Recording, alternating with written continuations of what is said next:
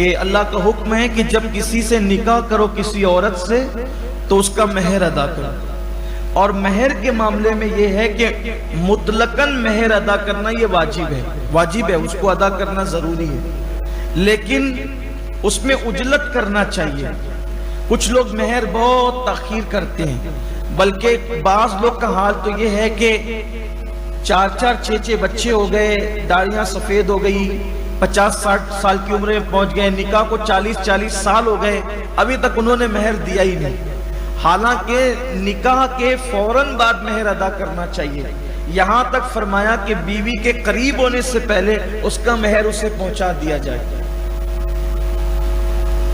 حدیث پاک میں آتا ہے کہ جو شخص نکاح کرے, یہ کیمیائے سعادت میں حدیث پاک موجود ہے.